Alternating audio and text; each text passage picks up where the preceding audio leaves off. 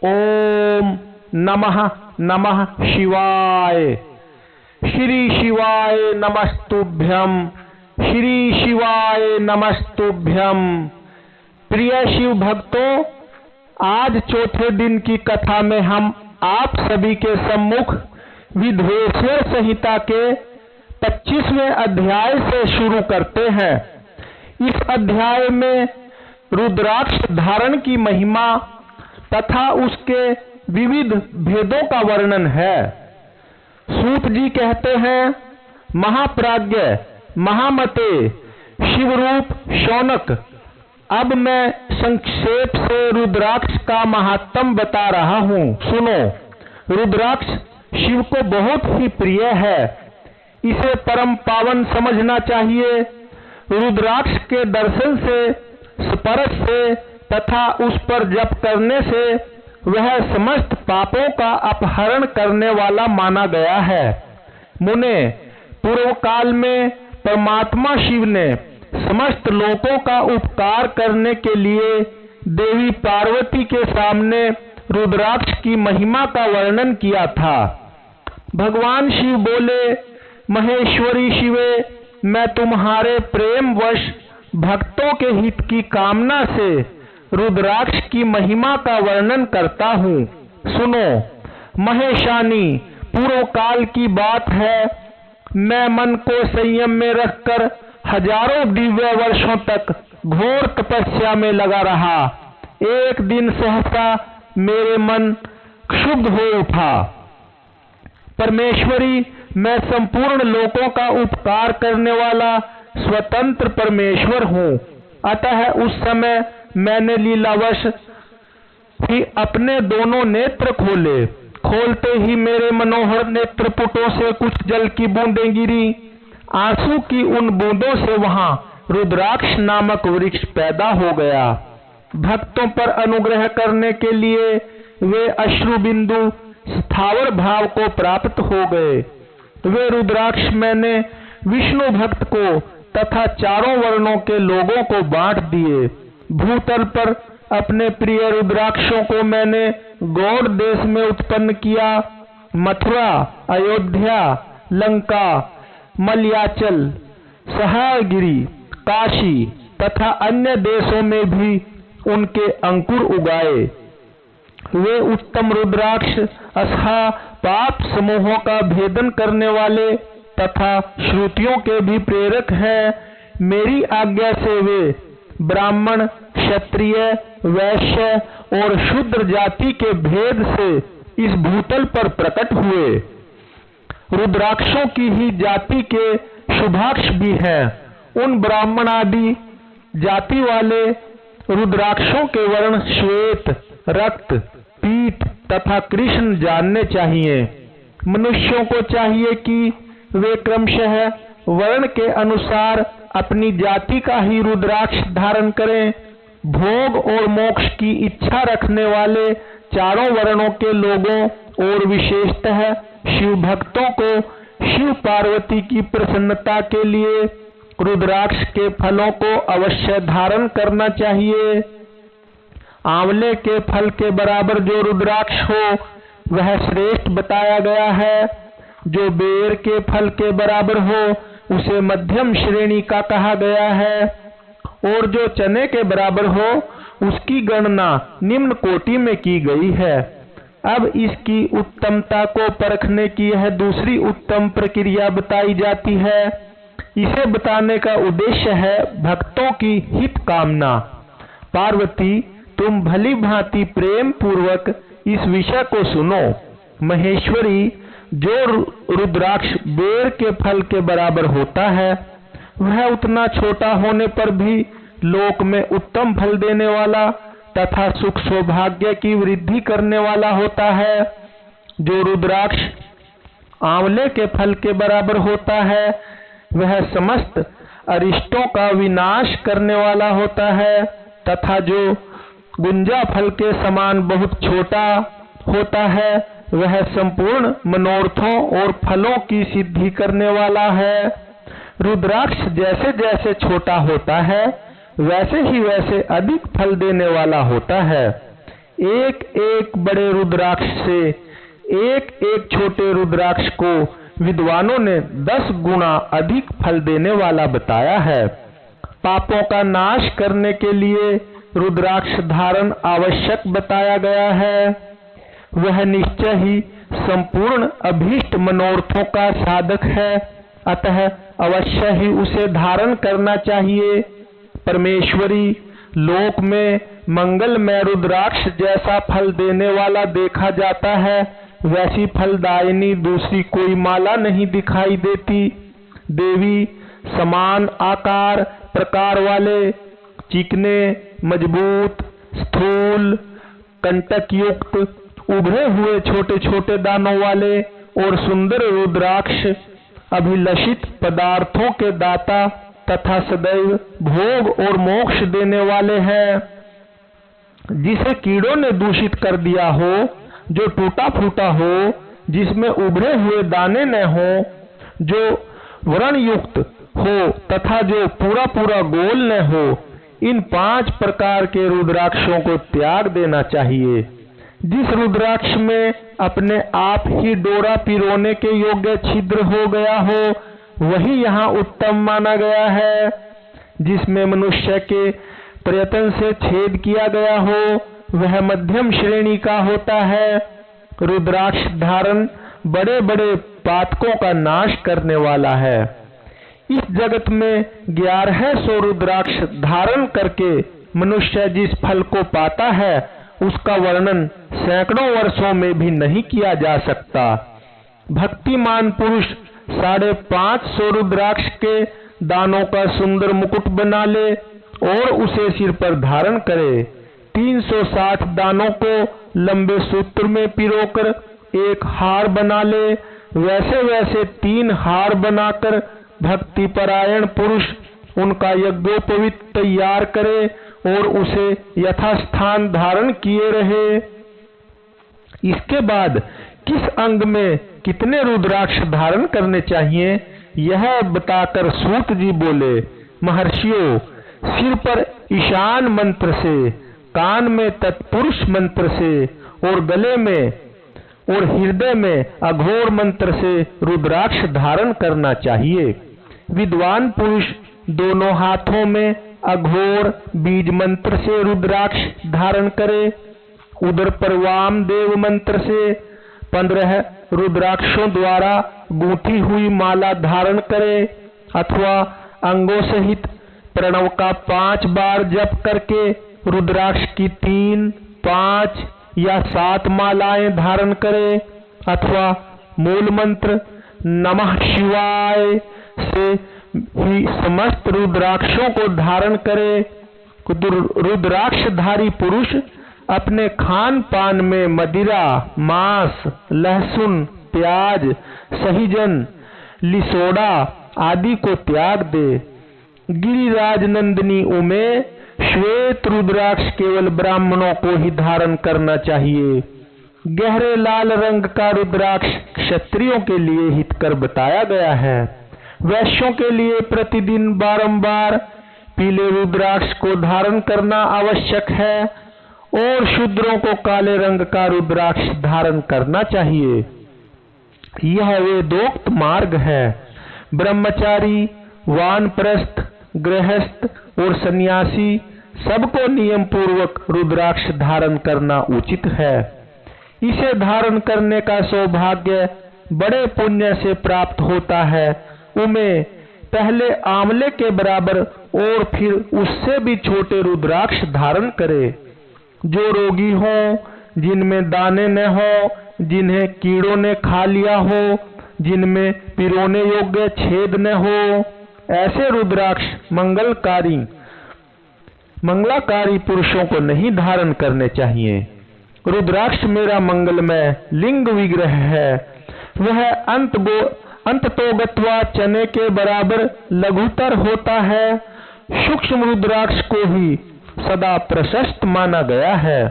सभी आश्रमों, समस्त वर्णों, स्त्रियों और शूद्रों को भी भगवान शिव की आज्ञा के अनुसार सदैव रुद्राक्ष धारण करना चाहिए।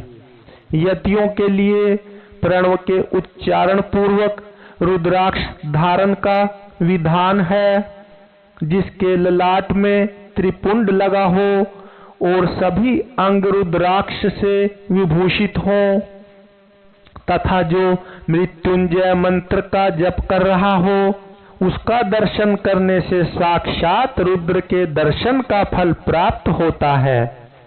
पार्वती, रुद्राक्ष अनेक प्रकार के बताए गए हैं, मैं उनके भेदों का वर्णन करता हूँ।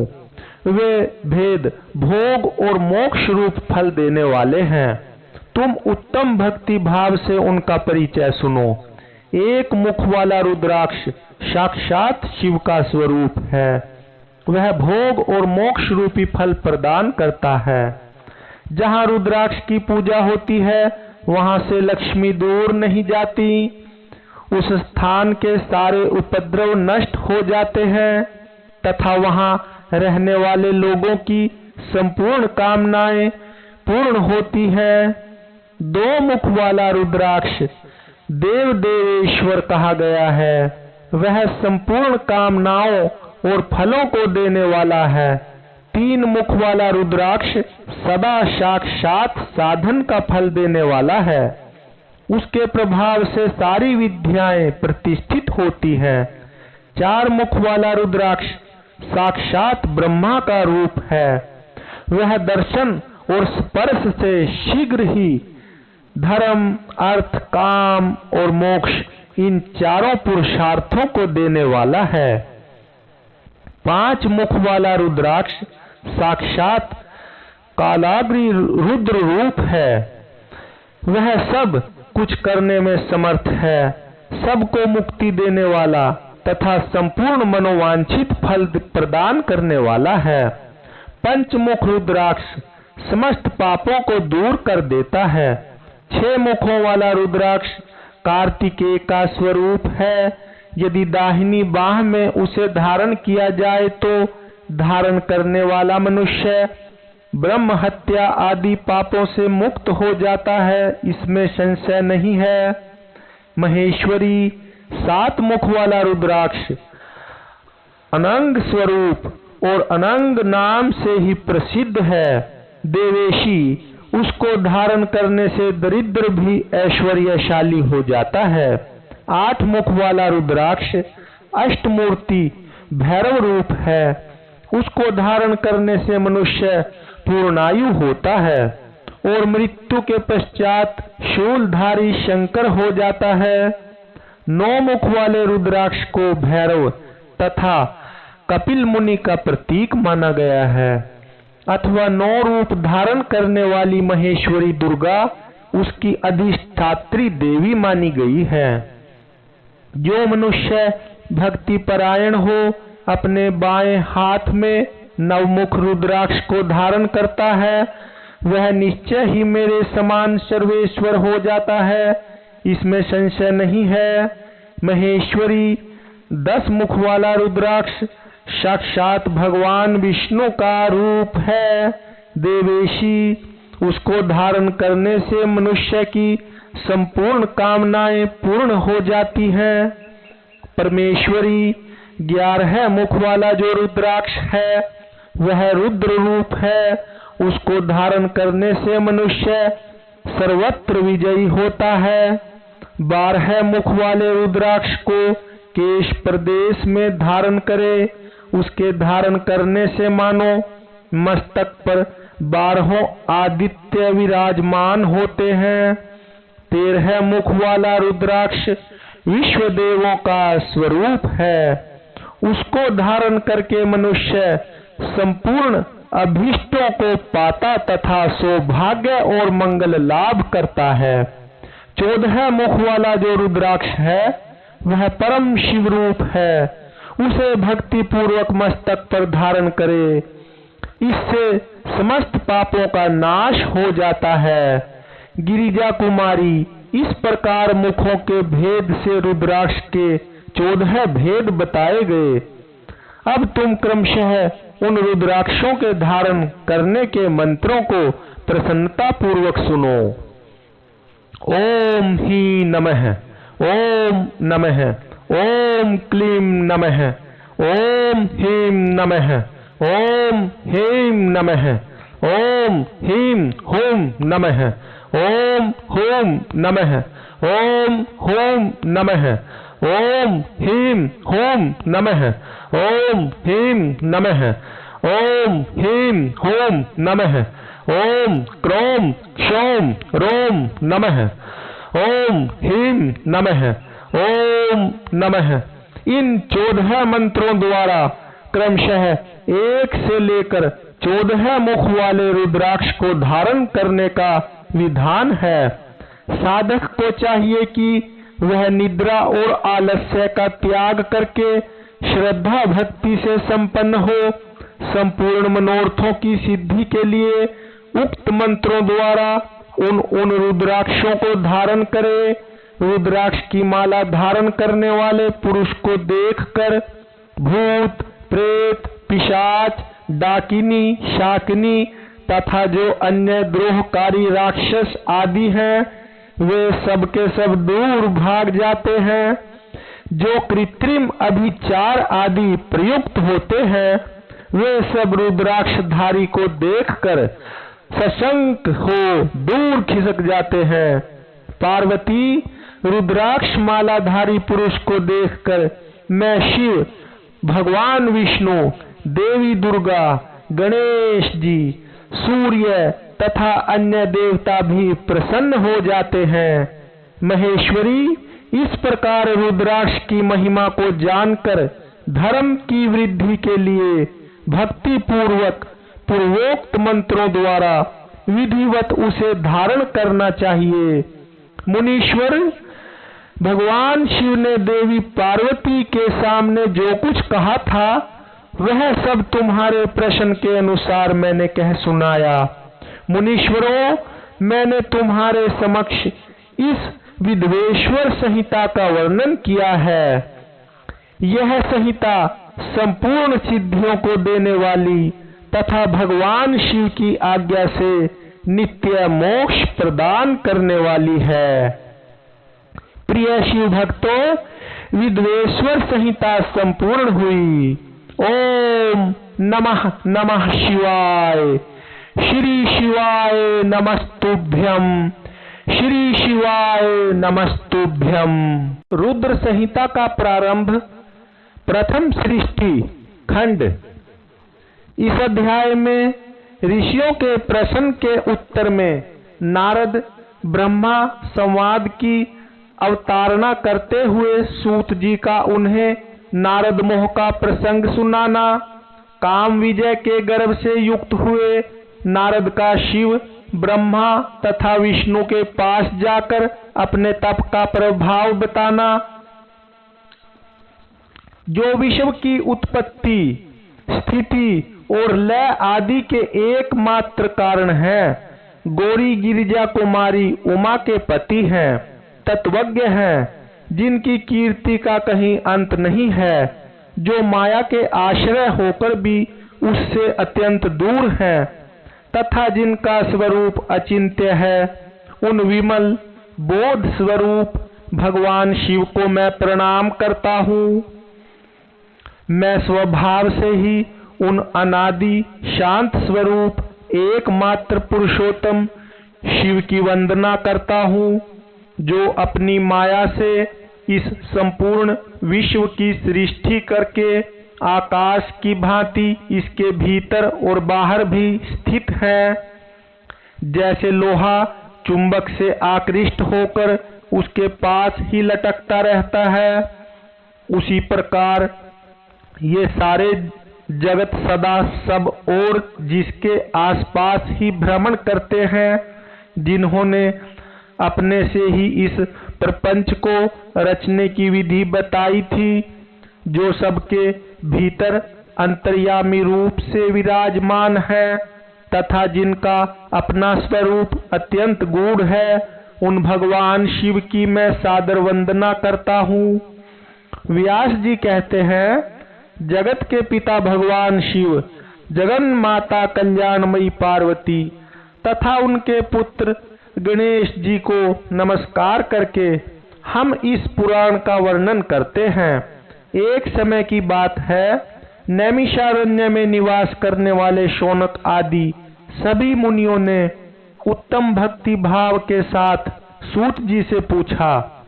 ऋषि बोले, महाभाग सूत जी, विधवेश्वर संहिता की जो साध्य साधन खंड नाम वाली शुभ एवं उत्तम कथा है, उसे हम लोगों ने सुन लिया। उसका आदि भाग बहुत ही रमणीय है तथा वह शिव भक्तों पर भगवान शिव का वात्सल्य स्नेह प्रकट करने वाली है। विद्वान, अब आप भगवान शिव के परम उत्तम स्वरूप का वर्णन कीजिए, साथ ही शिव और पार्वती के दिव्य चरित्रों का पूर्ण रूप से श्रवण कराइए। हम पूछते हैं, निर्गुण महेश्वर लोक में सगुण रूप कैसे धारण करते हैं? हम सब लोग विचार करने पर भी शिव के तत्व को नहीं समझ पाते। सृष्टि के पहले भगवान शिव किस प्रकार अपने स्वरूप से स्थित होते हैं, फिर सृष्टि के मध्य काल में वे भगवान किस तरह क्रीड़ा करते हुए सम्यक व्यवहार बर्ताव करते हैं, और सृष्टि कल्प का अंत होने पर वे महेश्वर देव किस रूप में स्थित रहते हैं। लोक कल्याणकारी शंकर कैसे प्रसन्न होते हैं और प्रसन्न हुए महेश्वर अपने भक्तों द्वारा दूसरों को कौन सा उत्तम फल प्रदान करते हैं, यह सब हमसे कहिए। हमने सुना है कि भगवान शिव शीघ्र प्रसन्न हो जाते हैं। वे महान दयालु हैं, इसलिए अपने भक्तों का कष्ट नहीं देख सकते। ब्रह्मा, विष्णु और महेश, ये तीन देवता शिव के ही अंग से उत्पन्न हुए हैं। उनके प्राकट्य की कथा तथा उनके विशेष चरित्रों का वर्णन कीजिए। प्रभु, आप उमा के आविर्भाव और विवाह की भी कथा कहिए। विशेषतः उनके गृहस्थ धर्म का और अन्य लीलाओं का भी वर्णन कीजिए। निष्पाप सूत जी, हमारे प्रश्न के उत्तर में आपको ये सब तथा दूसरी बातें भी अवश्य कहनी चाहिए। सूत जी ने कहा, मुनीश्वरों, आप लोगों ने बड़ी उत्तम बात पूछी है। भगवान सदाशिव की कथा में आप लोगों की जो आंतरिक निष्ठा हुई है, इसके लिए आप धन्यवाद के पात्र हैं। ब्राह्मणों, भगवान शंकर का गुणानुवाद सात्विक, राजस और तामस तीनों ही प्रकृति के मनुष्यों को सदा आनंद प्रदान करने वाला है। पशुओं की हिंसा करने वाले निष्ठुर कसाई के सिवा दूसरा कौन पुरुष उस गुणानुवाद को सुनने से ऊब सकता है? जिनके मन में कोई तृष्णा नहीं है, ऐसे महात्मा पुरुष भगवान शिव के उन गुणों का गान करते हैं, क्योंकि वह गुणावली संसार रूपी रोग की दवा है। मन तथा कानों को प्रिय लगने वाली और संपूर्ण मनोरथों को देने वाली है। ब्राह्मणों, आप लोगों के प्रश्न के अनुसार मैं यथा बुद्धि प्रयत्न पूर्वक शिवलीला का वर्णन करता हूँ। आप आदर पूर्वक सुने। जैसे आप लोग पूछ रहे हैं, उसी प्रकार देवर्षि नारद जी ने शिव रूपी भगवान विष्णु से प्रेरित होकर अपने पिता से पूछा था। अपने पुत्र नारद का प्रश्न सुनकर शिव भक्त ब्रह्मा जी का चित्त प्रसन्न हो गया और वे उन मुनि शिरोमणि को हर्ष प्रदान करते हुए प्रेम पूर्वक भगवान शिव के यश का गान करने लगे। एक समय की बात है, मुनि शिरोमणि विप्रवर नारद जी ने, जो ब्रह्मा जी के पुत्र हैं, विनीत चित्त हो तपस्या में मन लगाया। हिमालय पर्वत में कोई एक गुफा थी जो बड़ी शोभा से संपन्न दिखाई देती थी। उसके बीच देव नंदी गंगा निरंतर वेग पूर्वक बहती थी। वहां एक महान दिव्य आश्रम था जो नाना प्रकार की शोभा से सुशोभित था। दिव्यदर्शी नारद जी तपस्या करने के लिए उसी आश्रम में गए। उस गुफा को देखकर मुनिवर नारद जी बड़े प्रसन्न हुए और सुदीर्घ काल तक वहां तपस्या करते रहे। उनका अंतःकरण शुद्ध था। वे दृढ़ता पूर्वक आसन बांधकर मौन हो प्राणायाम पूर्वक समाधि में स्थित हो गए। ब्राह्मणों, उन्होंने वह समाधि लगाई जिसमें ब्रह्मा का साक्षात्कार कराने वाला अहम ब्रह्मास्मि, मैं ब्रह्मा हूँ, यह विज्ञान प्रकट होता है। मुनिवर नारद जी जब इस प्रकार तपस्या करने लगे, उस समय यह समाचार पाकर देवराज इंद्र कांप उठे। वे मानसिक संताप से विहल हो गए। ये नारद मुनि मेरा राज्य लेना चाहते हैं। मन ही मन ऐसा सोचकर इंद्र ने उनकी तपस्या में विघ्न डालने के लिए प्रयत्न करने की इच्छा की। उस समय देवराज ने अपने मन से कामदेव का स्मरण किया। स्मरण करते ही कामदेव आ गए। महेंद्र ने उन्हें नारद जी की तपस्या में विघ्न डालने का आदेश दिया। यह आज्ञा पाकर कामदेव वसंत को साथ ले बड़े गर्व से उस स्थान पर गए और अपना उपाय करने लगे। उन्होंने वहां शीघ्र ही अपनी सारी कलाएं रच डाली। बसंत ने भी मदमस्त होकर अपना प्रभाव अनेक प्रकार से प्रकट किया। मुनिवरों, कामदेव और वसंत के अथक प्रयत्न करने पर भी नारद मुनि के चित्त में विकार नहीं उत्पन्न हुआ। महादेव जी के अनुग्रह से उन दोनों का गर्व चूर्ण हो गया। शौनक आदि महर्षियों, ऐसा होने में जो कारण था उसे आदर पूर्वक सुनो। महादेव जी की कृपा से ही नारद मुनि पर कामदेव का कोई प्रभाव नहीं पड़ा। पहले उसी आश्रम में काम शत्रु भगवान शिव ने उत्तम तपस्या की थी और वहीं उन्होंने मुनियों की तपस्या का नाश करने वाले कामदेव को शीघ्र ही भस्म कर डाला था। उस समय रति ने कामदेव को पुनः जीवित करने के लिए देवताओं से प्रार्थना की। तब देवताओं ने समस्त लोकों का कल्याण करने वाले भगवान शंकर से याचना की। उनके याचना करने पर वे बोले, देवताओं, कुछ समय व्यतीत होने के बाद कामदेव जीवित तो हो जाएंगे, परंतु यहाँ उनका कोई उपाय नहीं चल सकेगा। अमरगण, यहाँ खड़े होकर लोग चारों ओर जितनी दूर तक की भूमि को नेत्र से देख पाते हैं, वहां तक कामदेव के बाणों का प्रभाव नहीं चल सकेगा, इसमें संशय नहीं है। भगवान शंकर की इस उक्ति के अनुसार उस समय वहां नारद जी के प्रति कामदेव का निजी प्रभाव मिथ्या सिद्ध हुआ। वे शीघ्र ही स्वर्गलोक में इंद्र के पास लौट गए। वहां कामदेव ने अपना सारा वृत्तांत और मुनि का प्रभाव कह सुनाया। तत्पश्चात इंद्र की आज्ञा से वे वसंत के साथ अपने स्थान को लौट गए। उस समय देवराज इंद्र को बड़ा विस्मय हुआ। उन्होंने नारद जी की भूरी भूरी प्रशंसा की, परंतु शिव की माया से मोहित होने के कारण वे उस पूर्व वृत्तांत को स्मरण न कर सके। वास्तव में इस संसार के भीतर सभी प्राणियों के लिए शंभु की माया को जानना अत्यंत कठिन है। जिसने भगवान शिव के चरणों में अपने आप को समर्पित कर दिया है, उस भक्त को छोड़कर शेष सारा जगत उनकी माया से मोहित हो जाता है। नारद जी भी भगवान शंकर की कृपा से वहां चिरकाल तक तपस्या में लगे रहे। जब इन्होंने अपनी तपस्या को पूर्ण हुई समझा, तब वे मुनि उससे विरत हो गए। कामदेव पर मेरी विजय हुई, ऐसा मानकर उन मुनीश्वर के मन में व्यर्थ ही गर्व हो गया। भगवान शिव की माया से मोहित होने के कारण उन्हें यथार्थ बात का ज्ञान नहीं रहा।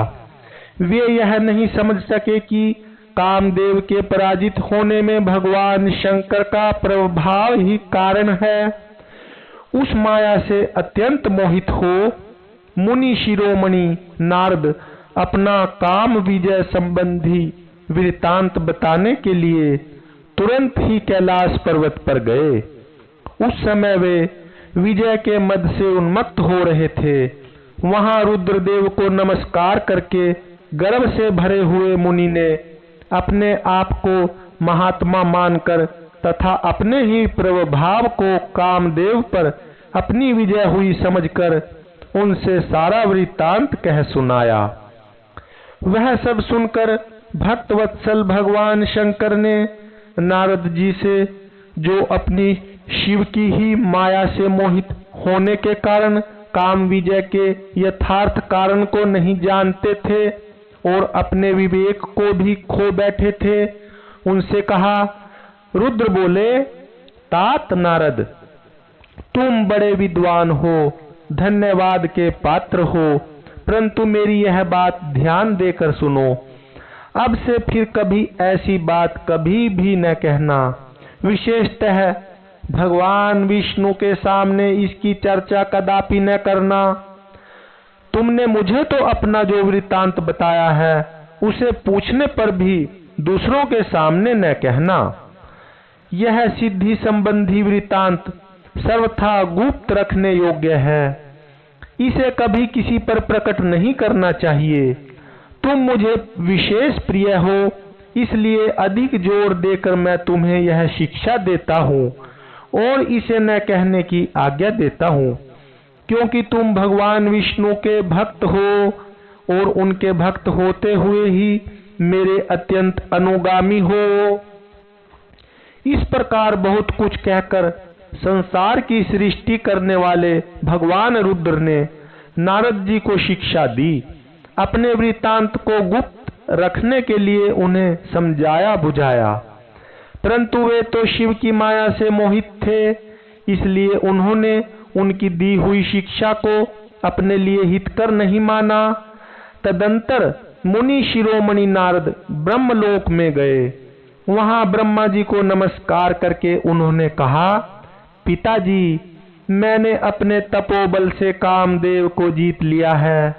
उनकी यह बात सुनकर ब्रह्मा जी ने भगवान शिव के चरणार विंदों का चिंतन किया और सारा कारण जानकर अपने पुत्र को यह सब कहने से मना किया, परंतु नारद जी शिव की माया से मोहित थे, अतएव उनके चित्त में मद का अंकुर जम गया था, उनकी बुद्धि मारी गई थी।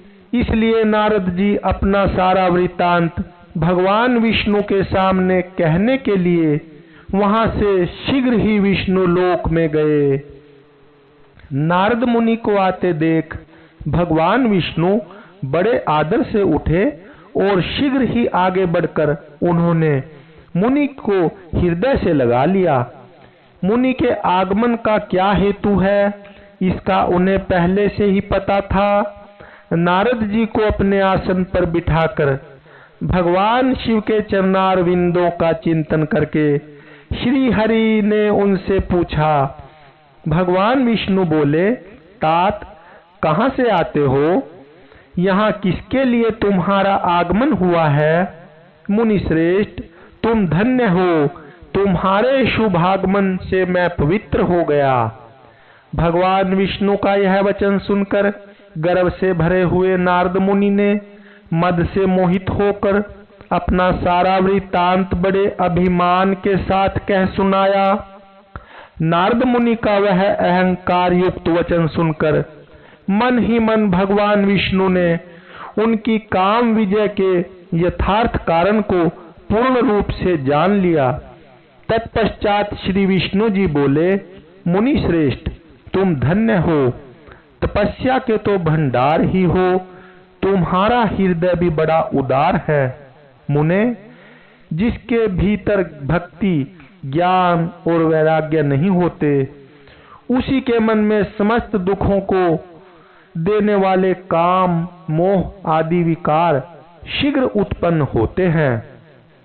तुम तो नैष्ठिक ब्रह्मचारी हो और सदा ज्ञान वैराग्य से युक्त रहते हो, फिर तुम में काम विकार कैसे आ सकता है? तुम तो जन्म से ही निर्विकार तथा शुद्ध बुद्धि वाले हो।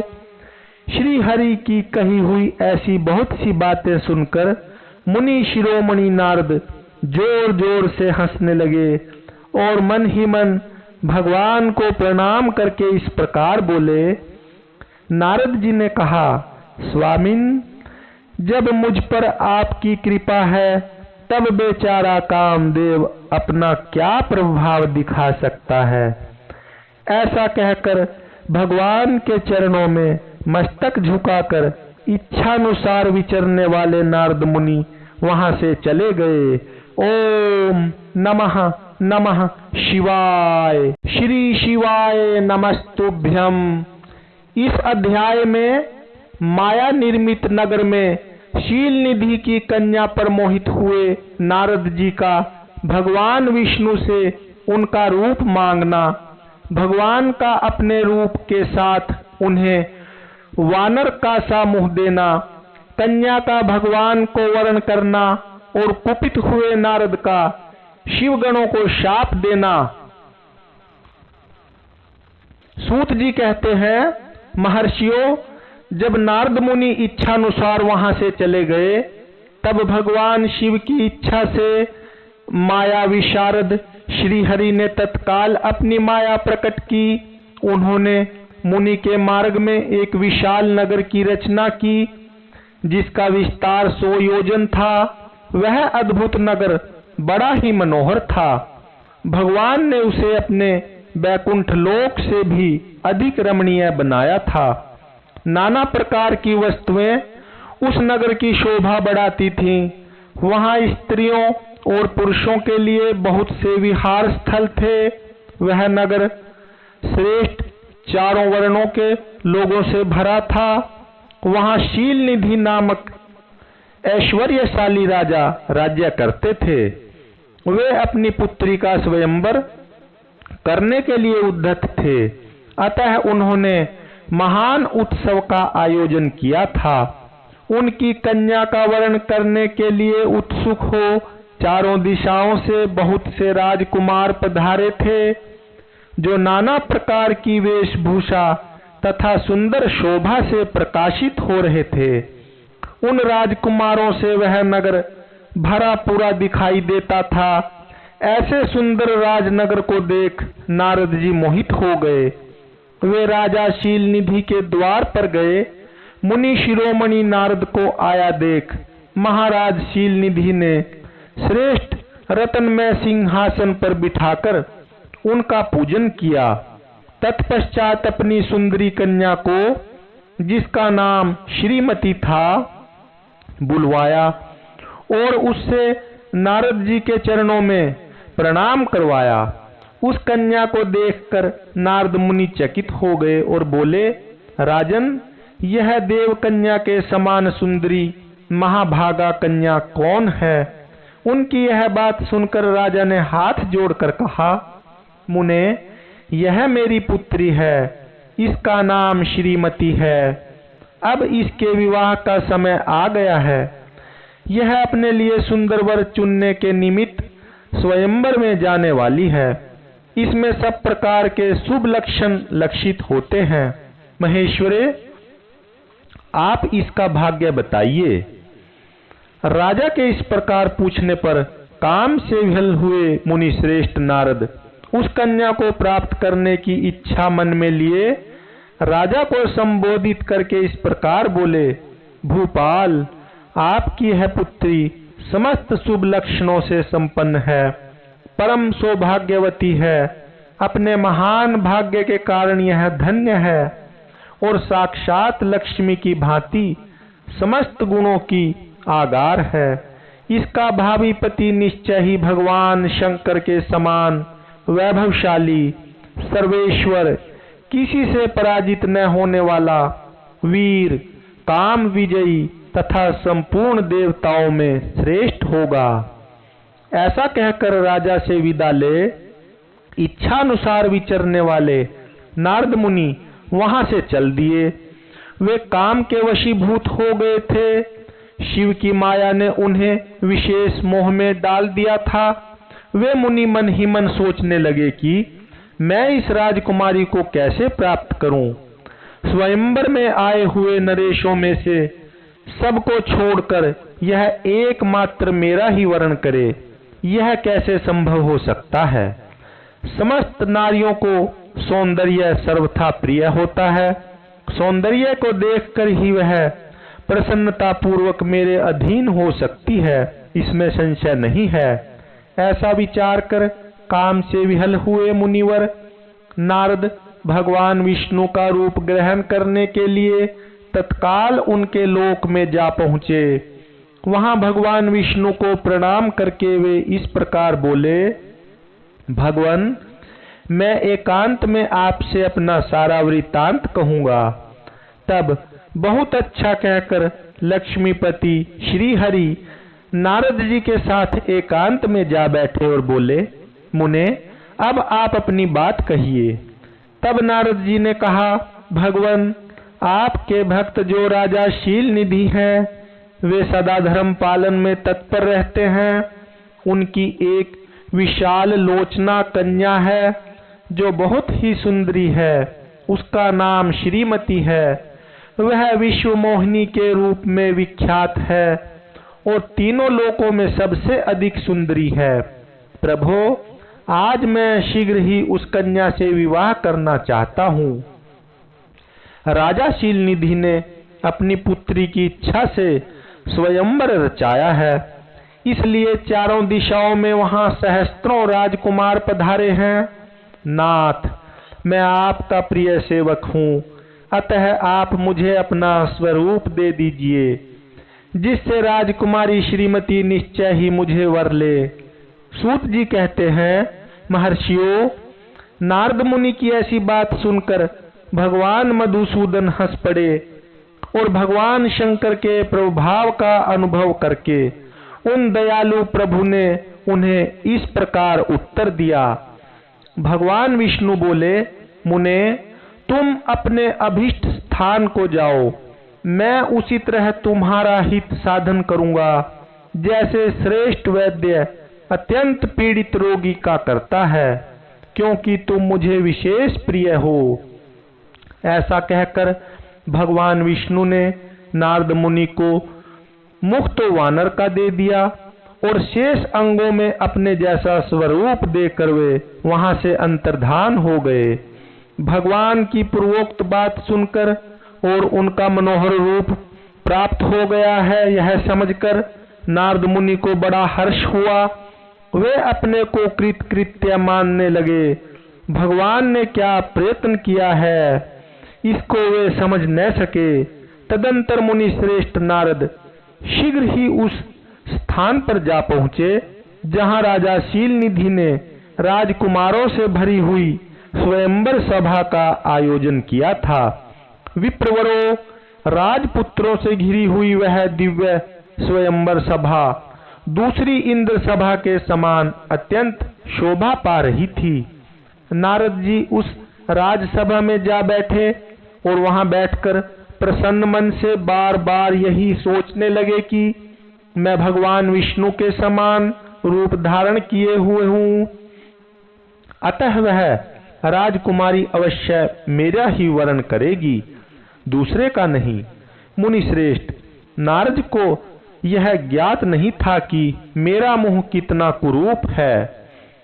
उस सभा में बैठे हुए सब मनुष्यों ने मुनि को उनके पूर्व रूप में ही देखा। राजकुमार आदि कोई भी उनके रूप परिवर्तन के रहस्य को न जान सके। वहां नारद जी की रक्षा के लिए भगवान रुद्र के 2 पार्षद आए थे, जो ब्राह्मण का रूप धारण करके गूढ़ भाव से वहां बैठे थे। वे ही नारद जी के रूप परिवर्तन के उत्तम भेद को जानते थे। मुनि को कामावेश से मूढ़ हुआ जान वे दोनों पार्षद उनके निकट गए और आपस में बातचीत करते हुए उनकी हंसी उड़ाने लगे। परंतु मुनि तो काम से विहल हो रहे थे अतः उन्होंने उनकी यथार्थ बात भी अनसुनी कर दी। वे मोहित हो श्रीमती को प्राप्त करने की इच्छा से उसके आगमन की प्रतीक्षा करने लगे। इसी बीच में वह सुंदरी राजकन्या स्त्रियों से घिरी हुई अंतःपुर से वहां आई। उसने अपने हाथ में सोने की एक सुंदर माला ले रखी थी। वह शुभलक्षणा राजकुमारी स्वयंवर के मध्य मार्ग में लक्ष्मी के समान खड़ी हुई अपूर्व शोभा पा रही थी। उत्तम व्रत का पालन करने वाली वह भूप कन्या माला हाथ में लेकर अपने मन के अनुरूप वर का अन्वेषण करती हुई सारी सभा में भ्रमण करने लगी। नारद मुनि का भगवान विष्णु के समान शरीर और वानर जैसा मुंह देखकर वह कुपित हो गई और उनकी ओर से दृष्टि हटाकर प्रसन्न मन से दूसरी ओर चली गई। स्वयंवर सभा में अपने मनोवांछित वर को न देखकर वह भयभीत हो गई। राजकुमारी उस सभा के भीतर चुपचाप खड़ी रह गई। उसने किसी के गले में जयमाला नहीं डाली। इतने में ही राजा के समान वेशभूषा धारण किए भगवान विष्णु वहां आ पहुंचे। किन्हीं दूसरे लोगों ने उनको वहां नहीं देखा, केवल उस कन्या की ही दृष्टि उन पर पड़ी। भगवान को देखते ही उस परम सुंदरी राजकुमारी का मुख प्रसन्नता से खिल उठा। उसने तत्काल ही उनके कंठ में वह माला पहना दी। राजा का रूप धारण करने वाले भगवान विष्णु उस राजकुमारी को साथ लेकर तुरंत अदृश्य हो गए और अपने धाम में जा पहुंचे। इधर सब राजकुमार श्रीमती की ओर से निराश हो गए।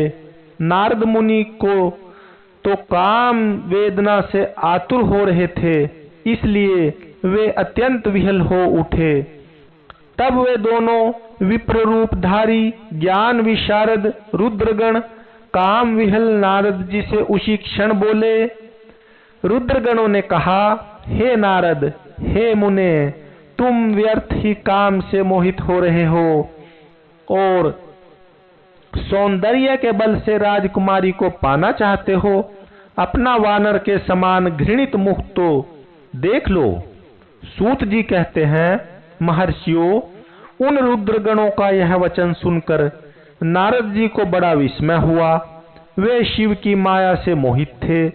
उन्होंने दर्पण में अपना मुंह देखा। वानर के समान अपना मुख देख वे तुरंत ही क्रोध से जल उठे और माया से मोहित होने के कारण उन दोनों शिवगणों को वहां शाप देते हुए बोले, अरे तुम दोनों ने मुझ ब्राह्मण का उपहास किया है, अतः तुम ब्राह्मण के वीर्य से उत्पन्न राक्षस हो जाओ। ब्राह्मण की संतान होने पर भी तुम्हारे आकार राक्षस के समान ही होंगे।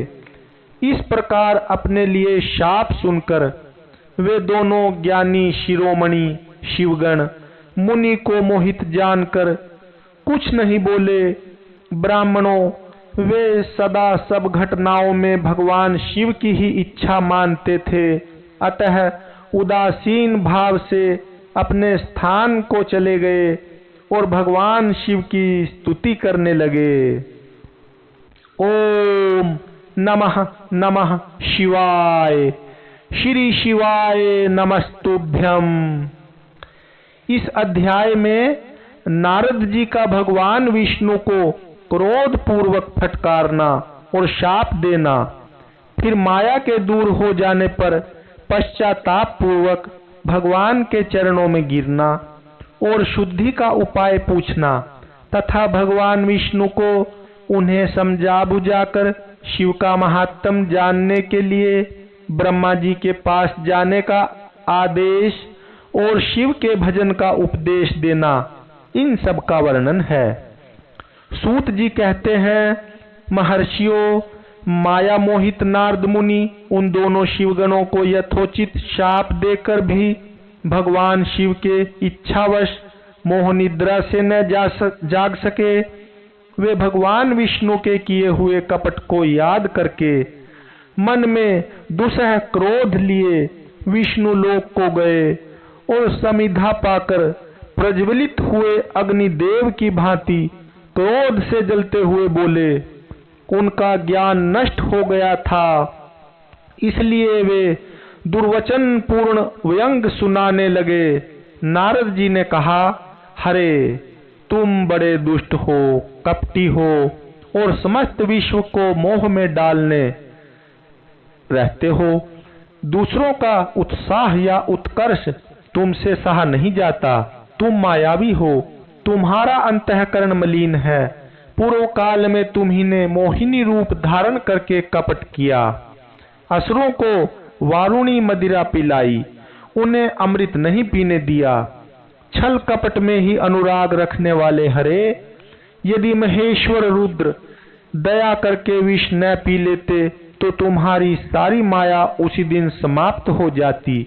विष्णुदेव, कपट पूर्ण चाल तुम्हें अधिक प्रिय है, तुम्हारा स्वभाव अच्छा नहीं है, तो भी भगवान शंकर ने तुम्हें स्वतंत्र बना दिया है। तुम्हारी इस चाल ढाल को समझकर अब वे भगवान शिव भी पश्चाताप करते होंगे। अपनी वाणी रूप वेद की प्रामाणिकता स्थापित करने वाले महादेव जी ने ब्राह्मण को सर्वोपरि बताया है। हरे, इस बात को जानकर आज मैं बलपूर्वक तुम्हें ऐसी सीख दूंगा जिससे तुम फिर कभी कहीं भी ऐसा कर्म नहीं कर सकोगे। अब तक तुम्हें किसी शक्तिशाली या तेजस्वी पुरुष से पाला नहीं पड़ा था, इसलिए आज तक तुम निडर बने रहे हुए हो। परंतु विष्णु, अब तुम्हें अपनी करनी का पूरा पूरा फल मिलेगा। भगवान विष्णु से ऐसा कहकर माया मोहित नारद मुनि अपने ब्रह्म तेज का प्रदर्शन करते हुए क्रोध से खिन्न हो उठे और शाप देते हुए बोले, विष्णु, तुमने स्त्री के लिए मुझे व्याकुल किया है। तुम इसी तरह सबको मोह में डालते रहते हो। यह कपटपूर्ण कार्य करते हुए तुमने जिस स्वरूप से मुझे संयुक्त किया था, उसी स्वरूप से तुम मनुष्य हो जाओ और स्त्री के वियोग का दुख भोगो। तुमने जिन वानरों के समान मेरा मुंह बनाया था, वे ही उस समय तुम्हारे सहायक हों। तुम दूसरों को स्त्री विरह का दुख देने वाले हो, अतः स्वयं भी तुम्हें स्त्री के वियोग का दुख प्राप्त हो। अज्ञान से मोहित मनुष्यों के समान तुम्हारी स्थिति हो। अज्ञान से मोहित हुए नारद जी ने मोहवश श्री हरि को जब इस तरह शाप दिया, तब उन्होंने शंभु की माया की प्रशंसा करते हुए उस शाप को स्वीकार कर लिया। तदंतर महालीला करने वाले शंभु ने अपनी उस विश्वमोहिनी माया को, जिसके कारण ज्ञानी नारद मुनि भी मोहित हो गए थे, खींच लिया। उस माया के तिरोहित होते ही नारद जी पूर्ववत शुद्ध बुद्धि से युक्त हो गए। उन्हें पूर्ववत ज्ञान प्राप्त हो गया और उनकी सारी व्याकुलता जाती रही। इससे उनके मन में बड़ा विस्मय हुआ। वे अधिकाधिक पश्चाताप करते हुए बारंबार अपनी निंदा करने लगे। उस समय उन्होंने ज्ञानी को भी मोह में डालने वाली भगवान शंभु की माया की सराहना की। तदंतर यह जानकर कि माया के कारण ही मैं भ्रम में पड़ा गया था, यह सब कुछ मेरा माया जनित भ्रम ही था, वैष्णव शिरोमणि नारद जी भगवान विष्णु के चरण में गिर पड़े। भगवान श्री हरि ने उन्हें उठाकर खड़ा कर दिया। उस समय अपनी दुर्बुद्धि नष्ट हो जाने के कारण वे यों बोले, नाथ, माया से मोहित होने के कारण मेरी बुद्धि बिगड़ गई थी, इसलिए मैंने आपके प्रति बहुत दुर्वचन कहे हैं, आपको शाप तक दे डाला है। प्रभु, उस शाप को आप मिथ्या कर दीजिए। हाय, मैंने बहुत बड़ा पाप किया है, अब मैं निश्चय ही नरक में पड़ूंगा। हरे, मैं आपका दास हूँ, बताइए मैं क्या उपाय, कौन सा प्रायश्चित करूं जिससे मेरा पाप समूह नष्ट हो जाए और मुझे नरक में न गिरना पड़े। ऐसा कहकर शुद्ध बुद्धि वाले मुनि शिरोमणि नारद जी पुनः भक्ति भाव से भगवान विष्णु के चरणों में गिर पड़े। उस समय उन्हें बड़ा पश्चाताप हो रहा था। तब श्री विष्णु जी ने उन्हें उठाकर मधुर वाणी में कहा। भगवान विष्णु बोले, तात खेद न करो, तुम मेरे श्रेष्ठ भक्त हो, इसमें संशय नहीं है। मैं तुम्हें एक बात बताता हूँ, सुनो। उससे निश्चय ही तुम्हारा परम हित होगा। तुम्हें नरक में नहीं जाना पड़ेगा। भगवान शिव तुम्हारा कल्याण करेंगे। तुमने मद से मोहित होकर जो भगवान शिव की बात नहीं मानी थी, उसकी अवहेलना कर दी थी, उसी अपराध का भगवान शिव ने तुम्हें ऐसा फल दिया है, क्योंकि वे ही कर्म फल के दाता है। तुम अपने मन में यह निश्चय दृढ़ कर लो कि भगवान शिव की इच्छा से ही यह सब कुछ हुआ है। सबके स्वामी परमेश्वर शंकर ही गर्व को दूर करने वाले हैं। वे ही परब्रह्म परमात्मा हैं। उन्हीं का सच्चिदानंद रूप से बोध होता है। वे निर्गुण और निर्विकार हैं। सत्व, रज और तम इन तीनों गुणों से परे हैं। वे ही अपनी माया को लेकर ब्रह्मा, विष्णु और महेश इन तीन रूपों में प्रकट होते हैं। निर्गुण और सगुण भी वे ही हैं। निर्गुण अवस्था में उन्हीं का नाम शिव है। वे ही परमात्मा, महेश्वर, परब्रह्मा, अविनाशी, अनंत और महादेव आदि नामों से कहे जाते हैं। उन्हीं की सेवा से ब्रह्मा जी जगत के सृष्टा हुए हैं और मैं तीनों लोकों का पालन करता हूँ। वे स्वयं ही रुद्र रूप से सदा सबका संहार करते हैं। वे शिव स्वरूप से सबके साक्षी हैं। माया से भिन्न और निर्गुण हैं। स्वतंत्र होने के कारण वे अपनी इच्छा के अनुसार चलते हैं। उनका विहार, आचार, व्यवहार उत्तम है और वे भक्तों पर दया करने वाले हैं। नारद मुने, मैं तुम्हें एक सुंदर उपाय बताता हूँ, जो सुखद, समस्त पापों का नाशक और सदा भोग एवं मोक्ष देने वाला है। तुम उसे सुनो। अपने सारे संशयों को त्याग कर तुम भगवान शंकर के सुयश का गान करो और सदा अनन्य भाव से शिव के शतनाम स्तोत्र का पाठ करो।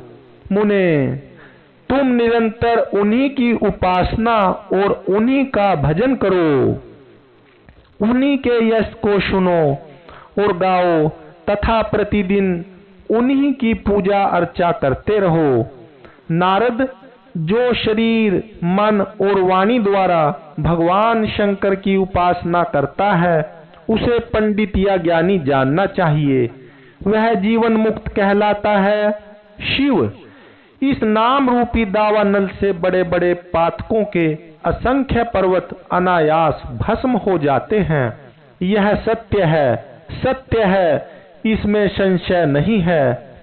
जो भगवान शिव के नाम रूपी नौका का आश्रय लेते हैं, वे संसार सागर से पार हो जाते हैं। संसार के मूलभूत उनके सारे पाप निसंदेह नष्ट हो जाते हैं। महामुने, संसार के मूलभूत जो पातक रूपी वृक्ष हैं, उनका शिव नाम रूपी कुठार से निश्चय ही नाश हो जाता है। जो लोग पाप रूपी दावानल से पीड़ित हैं, उन्हें शिव नाम रूपी अमृत का पान करना चाहिए। पाप दावाग्नि से दग्ध होने वाले प्राणियों को उस शिव नाम अमृत के बिना शांति नहीं मिल सकती।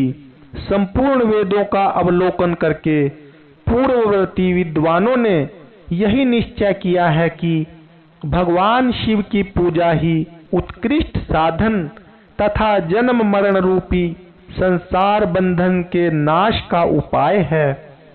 आज से यत्न पूर्वक सावधान रहकर विधि विधान के साथ भक्ति भाव से नित्य निरंतर जगदम्बा पार्वती सहित महेश्वर सदाशिव का भजन करो। नित्य शिव की ही कथा सुनो और कहो तथा अत्यंत यत्न करके बारंबार शिव भक्तों का पूजन किया करो। मुनि श्रेष्ठ, अपने हृदय में भगवान शिव के उज्जवल चरणार विंदों की स्थापना करके पहले शिव के तीर्थों में विचरो। मुने, इस प्रकार परमात्मा शंकर के अनुपम महात्म का दर्शन करते हुए अंत में आनंदवन काशी को जाओ। वह स्थान भगवान शिव को बहुत ही प्रिय है। वहां भक्ति पूर्वक विश्वनाथ जी का दर्शन पूजन करो। विशेषतः उनकी स्तुति वंदना करके तुम निर्विकल्प संशय रहित हो जाओगे।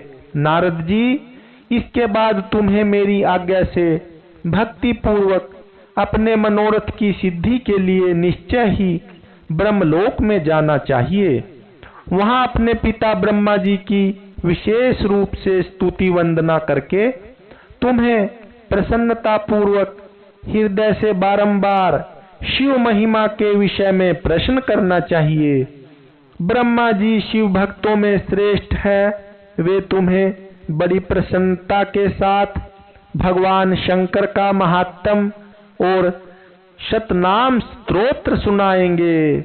मुने, आज से तुम शिवाराधना में तत्पर रहने वाले शिव भक्त हो जाओ और विशेष रूप से मोक्ष के भागी बनो। भगवान शिव तुम्हारा कल्याण करेंगे। इस प्रकार प्रसन्नचित्त हुए भगवान विष्णु नारद मुनि को प्रेम पूर्वक उपदेश देकर श्री शिव स्मरण वंदन और स्तवन करके वहां से अंतर्धान हो गए। ओम नमः नमः शिवाय। श्री शिवाय नमस्तुभ्यम। इस अध्याय में नारद जी का शिव तीर्थों में भ्रमण, शिवगणों को शापोद्धार की बात बताना तथा ब्रह्मलोक में जाकर ब्रह्मा जी से शिव तत्व के विषय में प्रश्न करना। सूत जी कहते हैं, महर्षियों, भगवान श्री हरि के अंतर्धान हो जाने पर मुनि श्रेष्ठ नारद शिवलिंगों का भक्ति पूर्वक दर्शन करते हुए पृथ्वी पर विचरने लगे।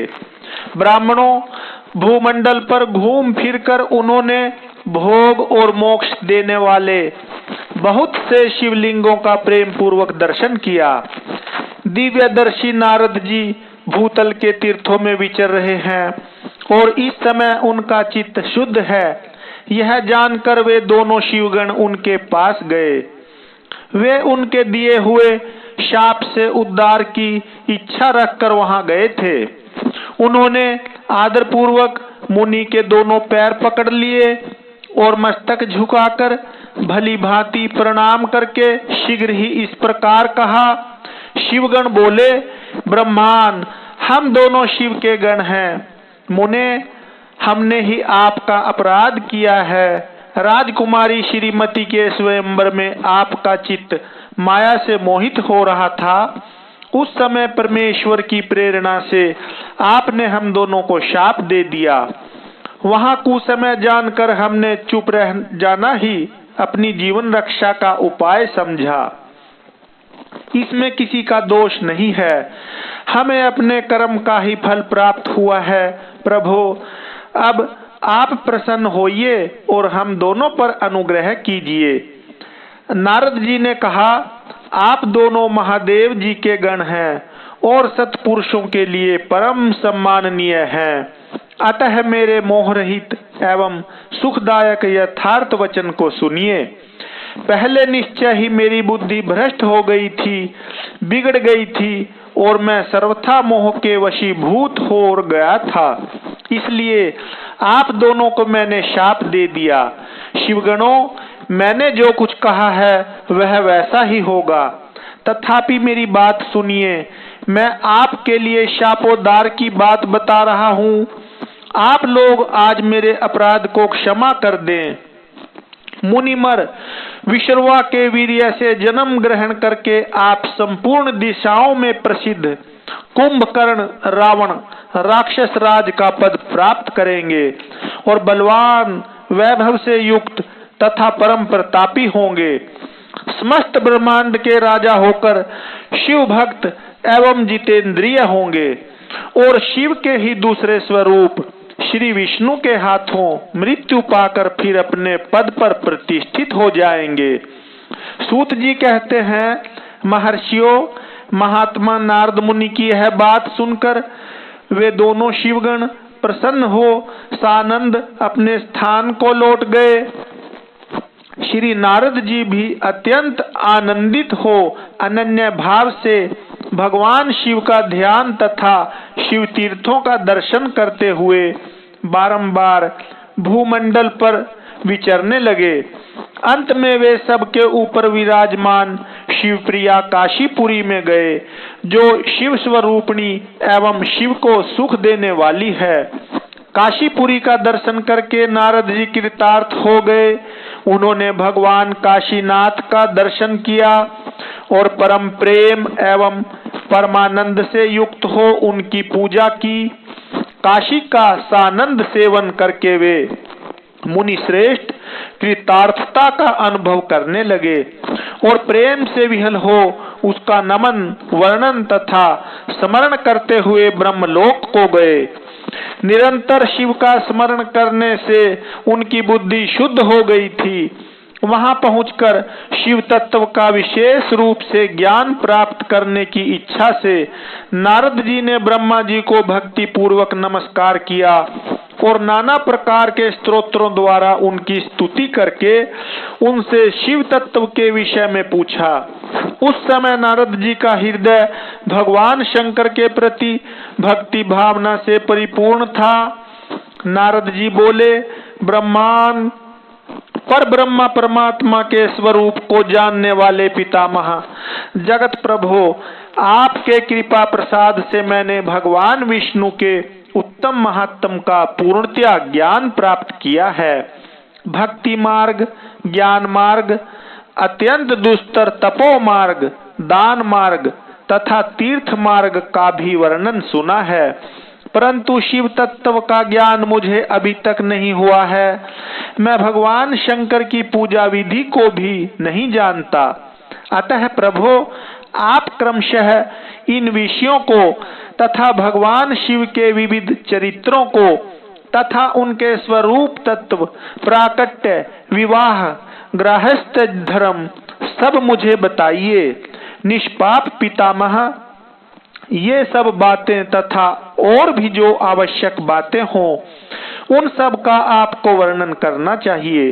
प्रजानाथ, शिव और शिवा के आविर्भाव एवं विवाह का प्रसंग विशेष रूप से कहिए तथा कार्तिकेय के जन्म की कथा भी मुझे सुनाइए।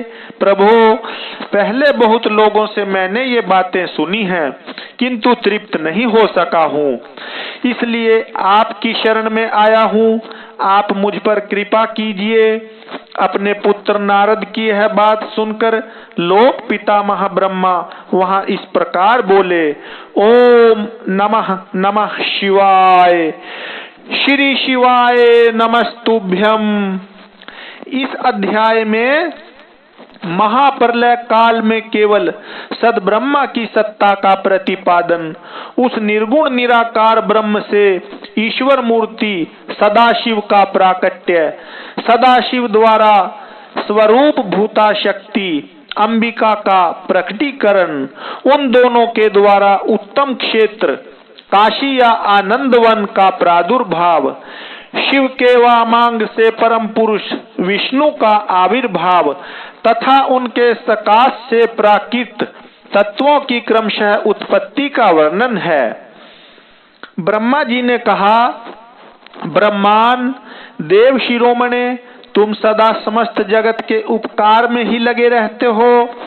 तुमने लोगों के हित की कामना से यह बहुत उत्तम बात पूछी है, जिसके सुनने से संपूर्ण लोकों के समस्त पापों का क्षय हो जाता है। उस अनामय शिव तत्व का मैं तुमसे वर्णन करता हूँ। शिव तत्व का स्वरूप बड़ा ही उत्कृष्ट और अद्भुत है। जिस समय समस्त चराचर जगत नष्ट हो गया था, सर्वत्र केवल अंधकार ही अंधकार था। न सूर्य दिखाई देते थे, न चंद्रमा, अन्यान्य ग्रहों और नक्षत्रों का भी पता नहीं था। न दिन होता था, न रात। अग्नि, पृथ्वी, वायु और जल की भी सत्ता नहीं थी। प्रधान तत्व अव्याकृत प्रकृति से रहित सूना आकाश मात्र शेष था। दूसरे किसी तेज की उपलब्धि नहीं होती थी। अदृष्ट आदि का भी अस्तित्व नहीं था। शब्द और स्पर्श भी साथ छोड़ चुके थे। गंध और रूप की भी अभिव्यक्ति नहीं होती थी। रस का भी अभाव हो गया था। दिशाओं का भी भान नहीं होता था। इस प्रकार सब और निरंतर सूची भेद घोर अंधकार फैला हुआ था। उस समय तदस्त ब्रह्मा, इस श्रुति में जो सत्य सुना जाता है, एकमात्र वही शेष था। जब यह वह ऐसा जो इत्यादि रूप से निर्दिष्ट होने वाला भावात्मक जगत नहीं था, उस समय एकमात्र वह सत्य ही शेष था, जिसे योगी जन अपने हृदयाकाश के भीतर निरंतर देखते हैं। वह सतत्व मन का विषय नहीं है। वाणी की भी वहां तक कभी पहुंच नहीं होती। वह नाम तथा रूप रंग से भी शून्य है। वह न स्थूल है, न कृष्ण, न ह्रस्व है, न दीर्घ तथा न लघु है, न गुरु। उसमें न कभी वृद्धि होती है, न ह्रास। श्रुति भी उसके विषय में चकित भाव से है, इतना ही कहती है, अर्थात उसकी सत्ता मात्र का ही निरूपण कर पाती है। उसका कोई विशेष विवरण देने में असमर्थ हो जाती है।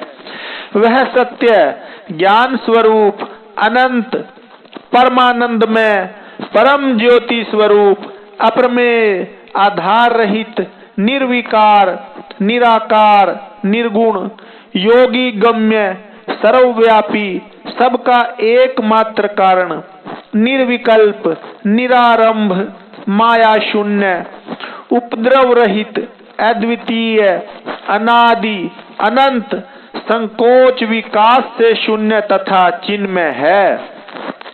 जिस पर ब्रह्मा के विषय में ज्ञान और अज्ञान से पूर्ण उक्तियों द्वारा इस प्रकार ऊपर बताए अनुसार विकल्प किए जाते हैं, उसने कुछ काल के बाद सृष्टि का समय आने पर द्वितीय की इच्छा प्रकट की। उसके भीतर एक से अनेक होने का संकल्प उदित हुआ। तब उस निराकार परमात्मा ने अपनी लीला शक्ति से अपने लिए मूर्ति आकार की कल्पना की। वह मूर्ति संपूर्ण ऐश्वर्य गुणों से संपन्न, सर्वज्ञानमयी, शुभ स्वरूपा, सर्वव्यापिनी, सर्वरूपा, सर्वदर्शिनी, सर्वकारिणी, सबकी एकमात्र वंदनीया, सर्वाध्या, सब कुछ देने वाली और संपूर्ण संस्कृतियों का केंद्र थी। उस शुद्ध रूपिणी ईश्वर मूर्ति की कल्पना करके वह अद्वितीय, अनादि, अनंत, सर्व प्रकाशक, चिन्मय, सर्वव्यापी और अविनाशी परब्रह्म अंतर्हित हो गया। जो मूर्ति रहित परम ब्रह्म है, उसी की मूर्ति चिन्मय आकार भगवान सदाशिव है। अर्वाचीन और प्राचीन विद्वान उन्हीं को ईश्वर कहते हैं। उस समय एकाकी रहकर स्वेच्छानुसार विहार करने वाले उन सदाशिव ने अपने विग्रह से स्वयं ही एक स्वरूप भूता शक्ति की सृष्टि की, जो उनके अपने श्री अंग से कभी अलग होने वाली नहीं थी। उस पराशक्ति को प्रधान, प्रकृति, गुणवती, माया, बुद्धि तत्व की जननी तथा विकार रहित बताया गया है। वह शक्ति अंबिका कही गई है। उसी को प्रकृति, सर्वेश्वरी, त्रिदेव जननी, नित्या और मूल कारण भी कहते हैं। सदाशिव द्वारा प्रकट की गई उस शक्ति के 8 भुजाएं हैं। उस शुभ लक्षणा देवी के मुख की शोभा विचित्र है। वह अकेली ही अपने मुखमंडल में सदा 1 सहस्त्र चंद्रमाओं की कांति धारण करती है। नाना प्रकार के आभूषण उसके श्री अंगों की शोभा बढ़ाते हैं। वह देवी नाना प्रकार की गतियों से संपन्न है और अनेक प्रकार के अस्त्र शस्त्र धारण करती है। उसके खुले हुए नेत्र खिले हुए कमल के समान जान पड़ते हैं। वह अचिंत्य तेज से जगमगाती है। वह सबकी योनि है और सदा उद्यमशील रहती है। एकाकिनी होने पर भी वह माया संयोग वशात अनेक हो जाती है। वे जो सदाशिव हैं उन्हें परम पुरुष ईश्वर शिव शंभु और महेश्वर कहते हैं। वे अपने मस्तक पर आकाश गंगा को धारण करते हैं।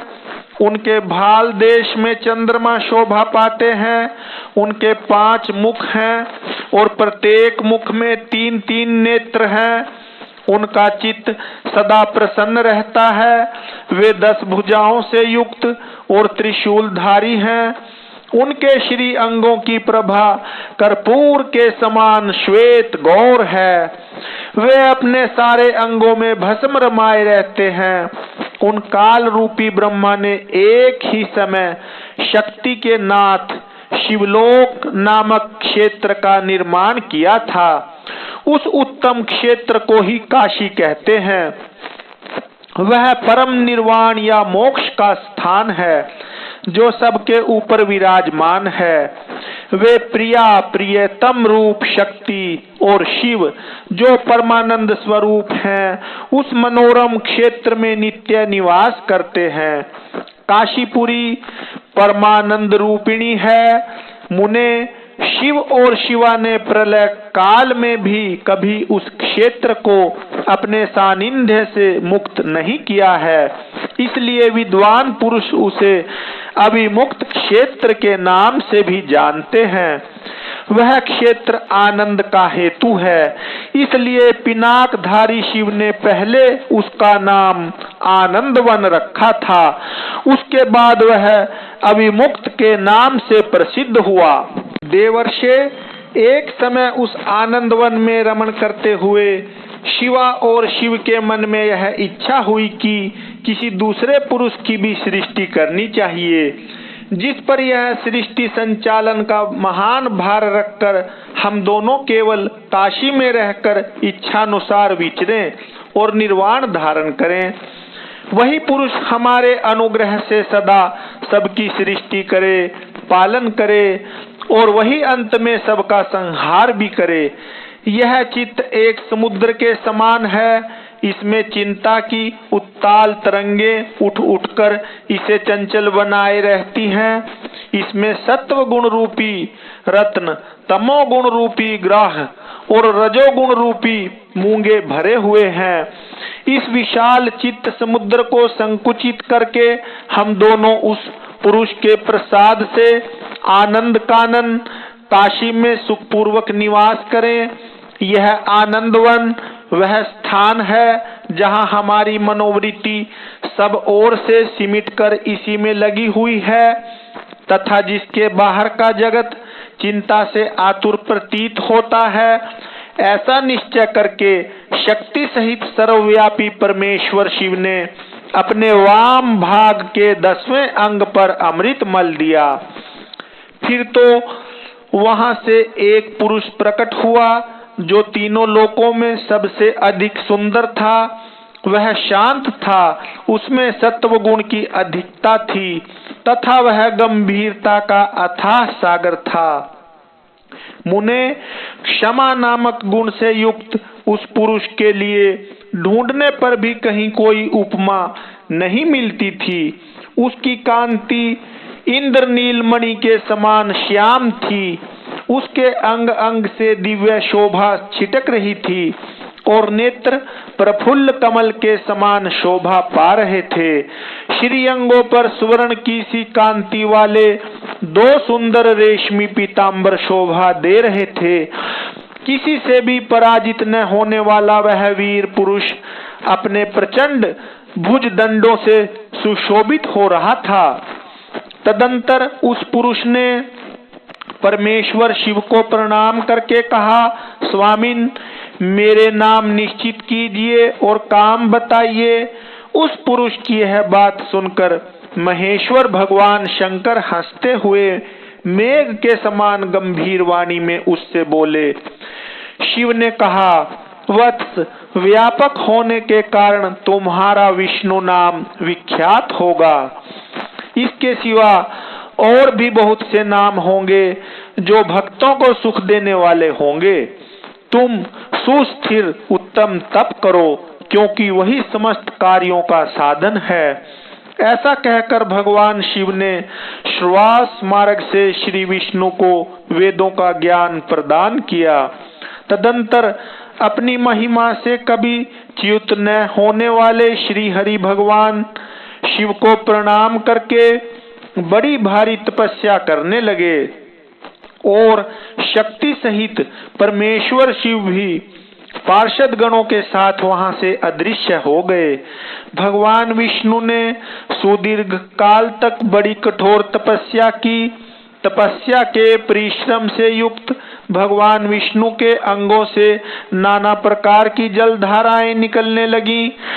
यह सब भगवान शिव की माया से ही संभव हुआ। महामुने, उस जल से सारा सूना आकाश व्याप्त हो गया। वह ब्रह्म रूप जल अपने स्पर्श मात्र से सब पापों का नाश करने वाला सिद्ध हुआ। उस समय थके हुए परम पुरुष विष्णु ने स्वयं उस जल में शयन किया। वे दीर्घ काल तक बड़ी प्रसन्नता के साथ उसमें रहे। नार अर्थात जल में शयन करने के कारण ही उनका नारायण यह श्रुति सम्मत नाम प्रसिद्ध हुआ। उस समय उन परम पुरुष नारायण के सिवा दूसरी कोई प्राकृत वस्तु नहीं थी। उसके बाद ही उन महात्मा नारायण देव से यथा समय सभी तत्व प्रकट हुए। महामते विद्वन, मैं उन तत्वों की उत्पत्ति का प्रकार बता रहा हूँ। सुनो, प्रकृति से महतत्व प्रकट हुआ और महतत्व से तीनों गुण। इन गुणों के भेद से ही त्रिविध अहंकार की उत्पत्ति हुई। अहंकार से 5 तन्मात्राएं हुई और उन तन्मात्राओं से 5 भूत प्रकट हुए। उसी समय ज्ञानेन्द्रियों और कर्मेंद्रियों का भी प्रादुर्भाव हुआ। मुनि श्रेष्ठ, इस प्रकार मैंने तुम्हें तत्वों की संख्या बताई है। इनमें से पुरुष को छोड़कर शेष सारे तत्व प्रकृति से प्रकट हुए हैं, इसलिए सब के सब जड़ हैं। तत्वों की संख्या 24 है। उस समय एकाकार हुए 24 तत्वों को ग्रहण करके वे परम पुरुष नारायण भगवान शिव की इच्छा से ब्रह्म रूप जल में सो गए। ओम नमः नमः शिवाय। श्री शिवाय नमस्तुभ्यम। इस अध्याय में भगवान विष्णु की नाभि कमल का प्रादुर्भाव, शिवेच्छावश ब्रह्मा जी का उससे प्रकट होना, कमल नाल के उद्गम का पता लगाने में असमर्थ ब्रह्मा का तप करना, श्री हरि का उन्हें दर्शन देना, विवादग्रस्त ब्रह्मा विष्णु के बीच में अग्नि स्तंभ का प्रकट होना तथा उसके और छोर का पता न पाकर उन दोनों का उसे प्रणाम करना है। ब्रह्मा जी कहते हैं, देवर्षे, जब नारायण देव जल में शयन करने लगे उस समय उनकी नाभि से भगवान शंकर के इच्छावश सहसा एक उत्तम कमल प्रकट हुआ जो बहुत बड़ा था। उसमें असंख्य नाल दंड थे। उसकी कांति कनेर के फूल के समान पीले रंग की थी तथा उसकी लंबाई और ऊंचाई भी अनंत योजन थी। वह कमल करोड़ों सूर्यों के समान प्रकाशित हो रहा था। सुंदर होने के साथ ही संपूर्ण तत्वों से युक्त था और अत्यंत अद्भुत, परम रमणीय, दर्शन के योग्य तथा सबसे उत्तम था। तत्पश्चात कल्याणकारी परमेश्वर सांब सदाशिव ने पूर्ववत प्रयत्न करके मुझे अपने दाहिने अंग से उत्पन्न किया। मुने, उन महेश्वर ने मुझे तुरंत ही अपनी माया से मोहित करके नारायण देव के नाभि कमल में डाल दिया और लीला पूर्वक मुझे वहां से प्रकट किया। इस प्रकार उस कमल से पुत्र के रूप में मुझ हिरण्यगर्भ का जन्म हुआ। मेरे 4 मुख हुए और शरीर की कांति लाल हुई। मेरे मस्तक त्रिपुंड की रेखा से अंकित थे। तात भगवान शिव की माया से मोहित होने के कारण मेरी ज्ञान शक्ति इतनी दुर्बल हो रही थी कि मैंने उस कमल के सिवा दूसरे किसी को अपने शरीर का जनक या पिता नहीं जाना। मैं कौन हूँ, कहाँ से आया हूँ, मेरा कार्य क्या है, मैं किसका पुत्र होकर उत्पन्न हुआ हूँ और किसने इस समय मेरा निर्माण किया है। इस प्रकार संशय में पड़े हुए मेरे मन में यह विचार उत्पन्न हुआ, मैं किस लिए मोह में पड़ा हुआ हूँ। जिसने मुझे उत्पन्न किया है उसका पता लगाना तो बहुत सरल है। इस कमल पुष्प का जो पत्र युक्त नाल है उसका उद्गम स्थान इस जल के भीतर नीचे की ओर है। जिसने मुझे उत्पन्न किया है वह पुरुष भी वही होगा, इसमें संशय नहीं है। ऐसा निश्चय करके मैंने अपने को कमल से नीचे उतारा। मुने, मैं उस कमल की एक एक नाल में गया और सैकड़ों वर्षों तक वहां भ्रमण करता रहा, किंतु कहीं भी उस कमल के उद्गम का उत्तम स्थान मुझे नहीं मिला। तब पुनः संशय में पड़कर मैं उस कमल पुष्प पर जाने को उत्सुक हुआ और नाल के मार्ग से उस कमल पर चढ़ने लगा। इस तरह बहुत ऊपर जाने पर भी मैं उस कमल के कोश को न पा सका।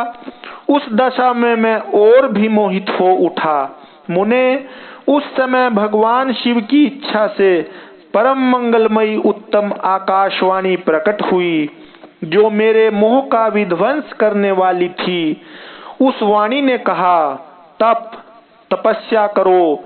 उस आकाशवाणी को सुनकर मैंने अपने जन्मदाता पिता का दर्शन करने के लिए उस समय पुनः प्रयत्न पूर्वक 12 वर्षों तक घोर तपस्या की। तब मुझ पर अनुग्रह करने के लिए ही 4 भुजाओं और सुंदर नेत्रों से सुशोभित भगवान विष्णु वहां सहसा प्रकट हो गए। उन परम पुरुष ने अपने हाथों में शंख, चक्र, गदा और पद्म धारण कर रखे थे। उनके सारे अंग सजल जलघर के समान श्याम कांति से सुशोभित थे। उन परम प्रभु ने सुंदर पीतांबर पहन रखा था। उनके मस्तक आदि अंगों में मुकुट आदि महामूल्यवान आभूषण शोभा पाते थे। उनका मुखारविंद प्रसन्नता से खिला हुआ था। मैं उनकी छवि पर मोहित हो रहा था। वे मुझे करोड़ों कामदेवों के समान मनोहर दिखाई दिए। उनका वह अत्यंत सुंदर रूप देखकर मुझे बड़ा आश्चर्य हुआ। वे सांवली और सुनहरी आभा से उद्भासित हो रहे थे। उस समय उन सत स्वरूप सर्वात्मा 4 भुजा धारण करने वाले महाबाहु नारायण देव को वहां उस रूप में अपने साथ देखकर मुझे बड़ा हर्ष हुआ।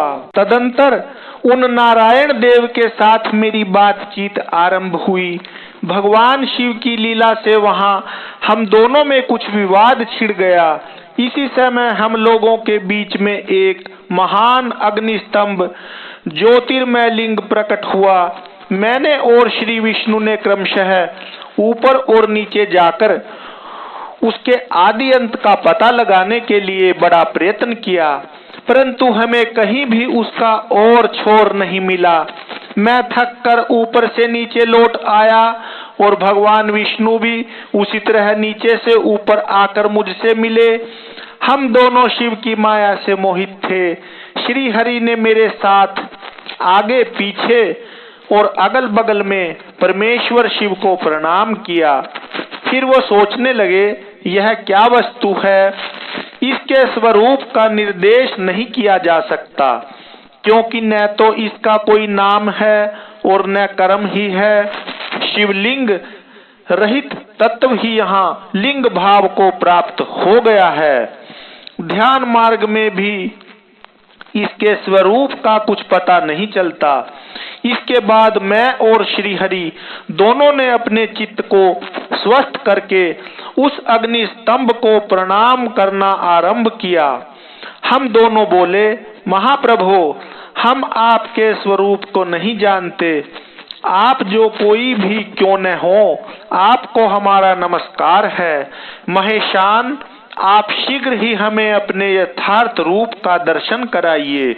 मुनि श्रेष्ठ, इस प्रकार अहंकार से आविष्ट हुए हम दोनों ही वहां नमस्कार करने लगे। ऐसा करते हुए हमारे 100 वर्ष बीत गए। ओम नमः नमः शिवाय। श्री शिवाय नमस्तुभ्यम। इस अध्याय में ब्रह्मा और विष्णु को भगवान शिव के शब्दमय शरीर का दर्शन है। ब्रह्मा जी कहते हैं, मुनि श्रेष्ठ नारद, इस प्रकार हम दोनों देवता गर्व रहित हो निरंतर प्रणाम करते रहे। हम दोनों के मन में एक ही अभिलाषा थी कि इस ज्योतिर्लिंग के रूप में प्रकट हुए परमेश्वर प्रत्यक्ष दर्शन दें। भगवान शंकर दीनों के प्रतिपालक, अहंकारियों का गर्व चूर्ण करने वाले तथा सबके अविनाशी प्रभु हैं। वे हम दोनों पर दयालु हो गए। उस समय वहां उन सुश्रेष्ठ से ओम ओम ऐसा शब्द रूप नाद प्रकट हुआ जो स्पष्ट रूप से सुनाई देता था। वह नाद प्लुप्त स्वर में अभिव्यक्त हुआ था। जोर से प्रकट होने वाले उस शब्द के विषय में यह क्या है, ऐसा सोचते हुए समस्त देवताओं के आराध्य भगवान विष्णु मेरे साथ संतुष्ट चित्त से खड़े रहे। वे सर्वथा वैर भाव से रहित थे।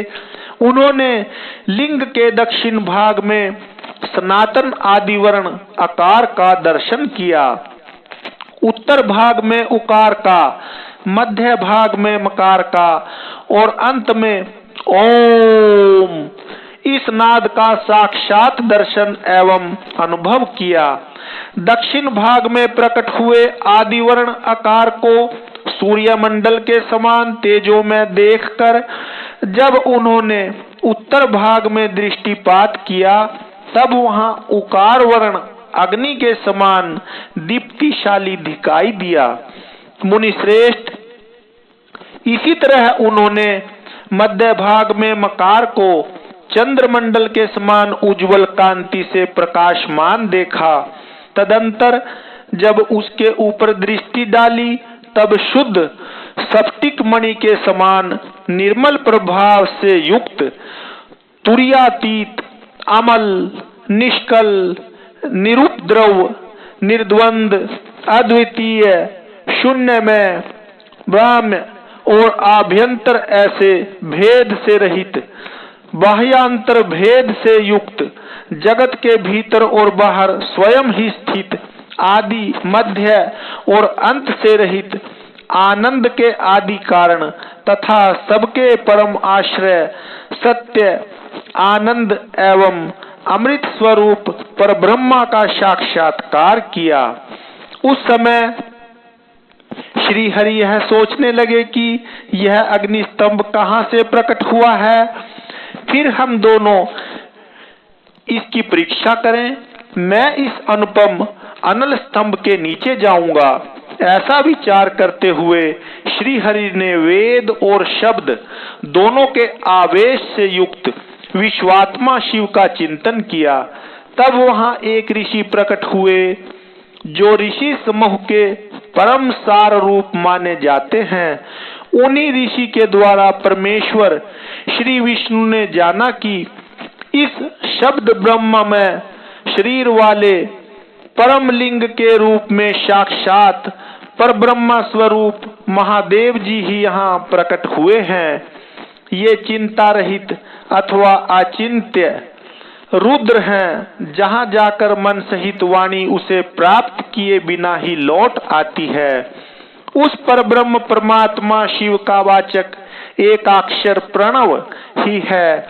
वे इसके वाच्यार्थ रूप हैं। वह परम कारण, रित, सत्य, आनंद एवं अमृत स्वरूप परात्पर पर ब्रह्म एकाक्षर का वाच्य है। प्रणव के एक अक्षर आकार से जगत के बीज भूत अंड जन्मा भगवान ब्रह्मा का बोध होता है। उसके दूसरे एक अक्षर उकार से परम कारण रूप श्री हरि का बोध होता है और तीसरे एक अक्षर मकार से भगवान नील लोहित शिव का ज्ञान होता है। आकार सृष्टि करता है, उकार मोह में डालने वाला है और मकार नित्य अनुग्रह करने वाला है। मकार बोध्य सर्वव्यापी शिव बीजी बीज मात्र के स्वामी हैं और आकार संज्ञक मुझ ब्रह्मा को बीज कहते हैं। उकार नामधारी श्री हरि योनि है। प्रधान और पुरुष के भी ईश्वर जो महेश्वर हैं, वे बीजी बीज और योनि भी हैं। उन्हीं को नाद कहा गया है। उनके भीतर सबका समावेश है। बीजी अपनी इच्छा से ही अपने बीज को अनेक रूपों में विभक्त करके स्थित हैं। इन बीजी भगवान महेश्वर के लिंग से आकार रूप बीज प्रकट हुआ, जो उकार रूप योनि में स्थापित होकर सब ओर बढ़ने लगा। वह स्वर्ण में अंड के रूप में ही बताने योग्य था। उसका और कोई विशेष लक्षण नहीं लक्षित होता था। वह दिव्य अंड अनेक वर्षों तक जल में ही स्थित रहा। तदंतर 1000 वर्ष के बाद उस अंड के 2 टुकड़े हो गए। जल में स्थित हुआ वह अंड अजन्मा ब्रह्मा जी की उत्पत्ति का स्थान था और साक्षात महेश्वर के आघात से ही फूटकर 2 भागों में बट गया था। उस अवस्था में उसका ऊपर स्थित हुआ स्वर्ण में कपाल बड़ी शोभा पाने लगा। वही धूलोक के रूप में प्रकट हुआ तथा जो उसका दूसरा नीचे वाला कपाल था, वही यह 5 लक्षणों से युक्त पृथ्वी है। उस अंड से चतुर्मुख ब्रह्मा उत्पन्न हुए, जिनकी कै संज्ञा है। वे समस्त लोकों के सृष्टा हैं। इस प्रकार वे भगवान महेश्वर ही ऊ और मैं इन त्रिविध रूपों में वर्णित हुए हैं। इसी अभिप्राय से उन ज्योतिर्लिंग स्वरूप सदाशिव ने ओम ओम ऐसा कहा। यह बात यजुर्वेद के श्रेष्ठ मंत्र कहते हैं। यजुर्वेद के श्रेष्ठ मंत्रों का यह कथन सुनकर ऋचाओं और साम मंत्रों ने भी हमसे आदर पूर्वक कहा, हे हरे, हे ब्रह्मान, यह बात ऐसी ही है। इस तरह देवेश्वर शिव को जानकर श्री हरि ने शक्ति संभूत मंत्रों द्वारा उत्तम एवं महान अभ्युदय से शोभित होने वाले उन महेश्वर देव का स्तवन किया। इसी बीच में मेरे साथ विश्वपालक भगवान विष्णु ने एक और भी अद्भुत एवं सुंदर रूप देखा। मुने, वह रूप 5 मुखों और 10 भुजाओं से अलंकृत था। उसकी कांति कर्पूर के समान गौर थी। वह नाना प्रकार की छटाओं से छविमान और भांति भांति के आभूषणों से विभूषित था। उस परम उदार, महापराक्रमी और महापुरुष के लक्षणों से संपन्न अत्यंत उत्कृष्ट रूप का दर्शन करके मैं और श्री हरि दोनों कृतार्थ हो गए। तत्पश्चात परमेश्वर भगवान महेश प्रसन्न हो अपने दिव्य शब्दमय रूप को प्रकट करके हंसते हुए खड़े हो गए। आकार उनका मस्तक और आकार ललाट है। इकार दाहिना और इकार बायां नेत्र है। उकार को उनका दाहिना और उकार को बायां कान बताया जाता है। ऋकार उन परमेश्वर का दायां कपोल है और ऋकार बायां। लरी और लरी ये उनकी नासिका के दोनों छिद्र हैं। एकार उन सर्वव्यापी प्रभु का ऊपरी ओष्ठ है और एकार अधर। ओकार तथा औकार ये दोनों क्रमशः उनकी ऊपर और नीचे की दो दंत पंक्तियां हैं। अम और अह उन देवाधिदेव शूलधारी शिव के दोनों तालु हैं। क आदि 5 अक्षर उनके दाहिने 5 हाथ हैं और चो आदि 5 अक्षर बाएं 5 हाथ। टो आदि और तय आदि 5 अक्षर उनके पैर हैं। पकार पेट है। फकार को दाहिना पार्श्व बताया जाता है और बकार को बायां पार्श्व। भकार को कंधा कहते हैं। मकार उन योगी महादेव शंभु का हृदय है। यह से लेकर स तक 7 अक्षर सर्वव्यापी शिव के शब्दमय शरीर की 7 धातुएं हैं। हकार उनकी नाभि है और शकार को मेड़ मूत्रेंद्रिय कहा गया है। इस प्रकार निर्गुण एवं गुण स्वरूप परमात्मा के शब्दमय रूप को भगवती उमा के साथ देखकर मैं और श्री हरि दोनों कृतार्थ हो गए। इस तरह शब्द ब्रह्म में शरीरधारी महेश्वर शिव का दर्शन पाकर मेरे साथ श्री हरि ने उन्हें प्रणाम किया और पुनः ऊपर की ओर देखा। उस समय उन्हें 5 कलाओं से युक्त ओमकार जनित मंत्र का साक्षात्कार हुआ।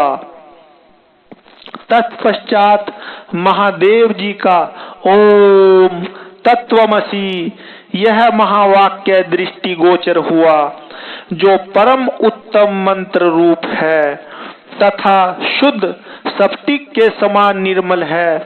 फिर संपूर्ण धर्म और अर्थ का साधक तथा बुद्धि स्वरूप गायत्री नामक दूसरा महान मंत्र लक्षित हुआ, जिसमें 24 अक्षर हैं तथा जो चारों पुरुषार्थ रूपी फल देने वाला है। तत्पश्चात मृत्युंजय मंत्र, फिर पंचाक्षर मंत्र तथा दक्षिणामूर्ति संज्ञक चिंतामणि मंत्र का साक्षात्कार हुआ। इस प्रकार 5 मंत्रों की उपलब्धि करके भगवान श्री हरि उनका जप करने लगे।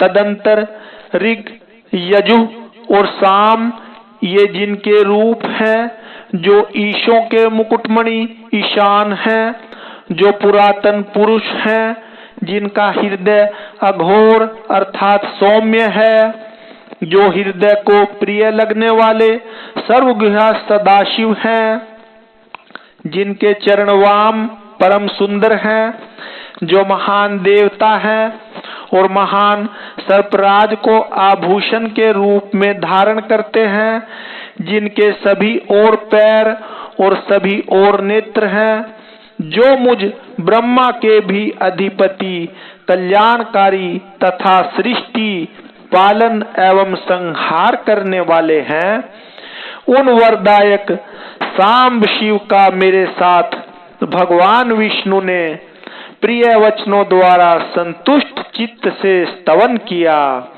ओम नमः नमः शिवाय। श्री शिवाय नमस्तुभ्यं, श्री शिवाय नमस्तुभ्यं। तो प्रिय शिव भक्तों, इस प्रकार यह चौथे दिन की श्री शिव महापुराण की कथा समाप्त हुई।